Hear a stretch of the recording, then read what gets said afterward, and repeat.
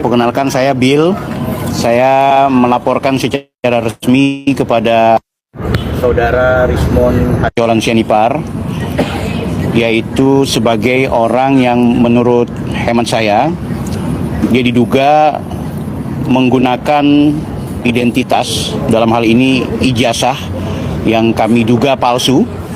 Dan ini berangkat dari analisa penelusuran saya secara pribadi dan juga beberapa kawan yang menilai bahwa saudara RHS ini sudah menggunakan sertifikat atau ijazah yang kami duga sekali lagi itu palsu. Dan saya memang sudah memantau sejak tahun lalu, namun baru saat ini bisa kita laporkan, mengingat yang dilakukan oleh terlapor sudah begitu masif ketika kemudian tampil di ruang publik. Jadi kami menganggap bahwa ketika beliau juga koar-koar soal ada orang yang memiliki ijazah palsu, ketika beliau dengan percaya diri mengatakan bahwa ada orang yang tidak benar melakukan penyetaraan ijazah dari luar negeri, ternyata kita juga hari ini dikagetkan atau semacam kami merasa tertipu bahwa orang ini justru adalah pelaku yang kami duga memalsukan ijazah dan sekaligus tidak pernah melakukan penyetaraan ijazah luar negerinya, karena beliau mengaku sebagai lulusan luar negeri Yamaguchi, Jepang.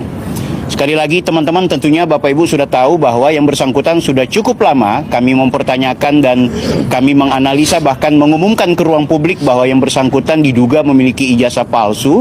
yang ijazah ini digunakan untuk membuat pembenaran-pembenaran tidak hanya di ruang publik, tapi pembenaran di meja hijau, pembenaran di persidangan yang notabene-nya harus clear dan bersih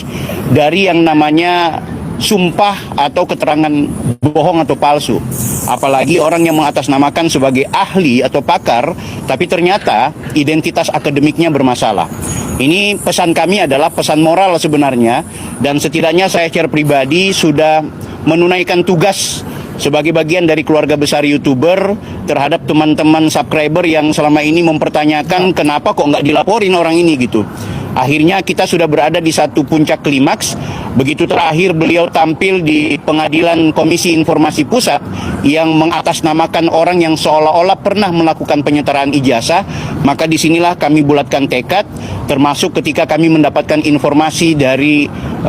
kampus Yamaguchi, Jepang, bahwa yang bersangkutan identitas ijazahnya tidak pernah diterbitkan oleh kampus tersebut. Tentu banyak fakta dan bukti-bukti yang nanti akan kita